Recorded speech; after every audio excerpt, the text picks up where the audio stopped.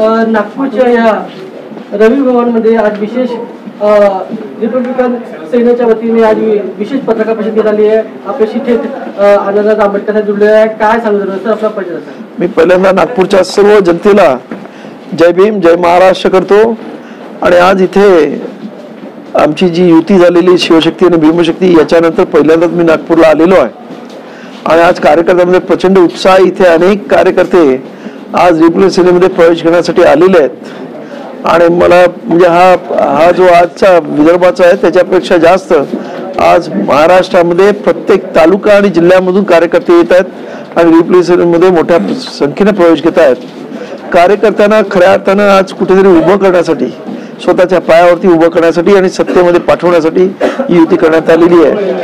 या युतीमुळे स्थानिक स्वराज्य संस्थांच्या 5 वर्ष आज इथे इलेक्शन होणार आहे, त्याच्यामध्ये कार्यकर्त्यांना वेगवेगळ्या ठिकाणी म्हणजे पंचायत समिती, झेडपी किंवा नगरपालिका, महानगरपालिका यामध्ये तिकीट मिळून कार्यकर्ते कुठेतरी सत्तेमध्ये जातील अशी अपेक्षा आहे आणि कार्यकर्ते त्याच अपेक्षेने आज आमच्याकडे मोठ्या संख्येने जोडत आहेत। अनेक वर्षानंतर कार्यकर्त्यांची जी अपेक्षा होती, आतापर्यंत नेत्याने सर्व काही मिळवलं, आमदार किंवा खासदार किंवा मिळवलं, परंतु कार्यकर्त्याला काही मिळालं नाही। या युतीमुळे पहिल्यांदा कार्यकर्त्याचा विचार करण्यात आलेला आहे, कार्यकर्त्याला काहीतरी मिळणार या अपेक्षेमुळे आज कार्यकर्ता अत्यंत आनंदित आहे आणि आंबेडकर कार्यकर्ता आज ही आंबेडकर चळवळ गतिमान करण्यासाठी रिपब्लिकन सेनेमध्ये मोठ्या संख्येने जॉईन होत आहे।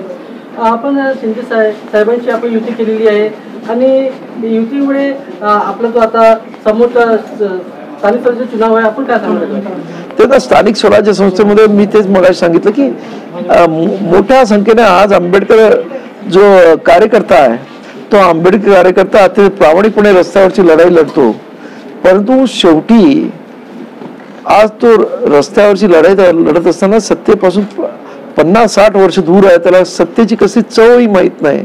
त्याला कुठे सत्तेमध्ये नेऊन त्याला सत्तेमध्ये बसून खऱ्या अर्थानं सत्ता काय असते त्याच्यातून काय तू आंबेडकर चळवळीसाठी किती भलं करू शकतो।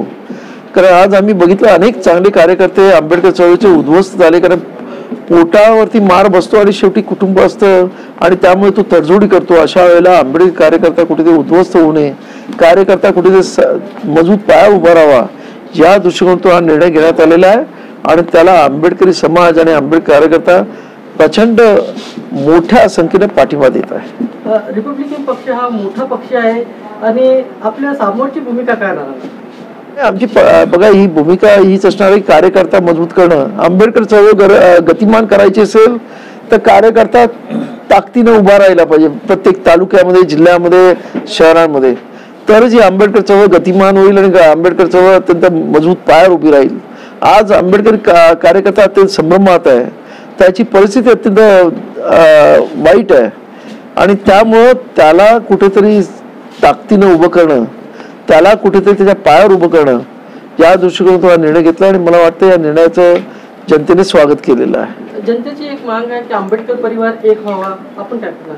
नाही, आंबेडकर परिवार एकच आहे, त्याबद्दल काही प्रश्न नाही, फक्त थोडासा वेगळा विचार आहे, युती करावी की नाही युती करावी। माझं म्हणणं युती झाली तर कार्यकर्ता जगेल, कारण कार्यकर्ता जगला तर चळवळ जगेल आणि त्या दृष्टिकोनातून आमचा निर्णय घेतला। धन्यवाद। रिपब्लिकन सेनेचा यानंतर रिपब्लिकन सेनेचे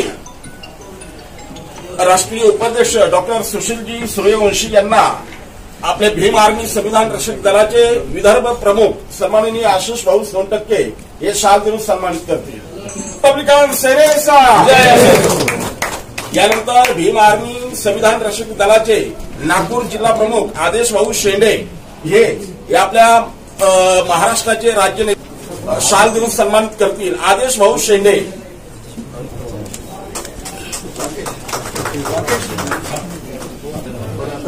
यानंतर किरण गोंगरे साहेबांना आमचे भीम आर्मी संविधान रक्षक दलाचे संघटक सचिव रणजितजी माने हे त्यांच्या गळ्यामध्ये निळी स्कार्फ घालून मोठं स्वागत करतात।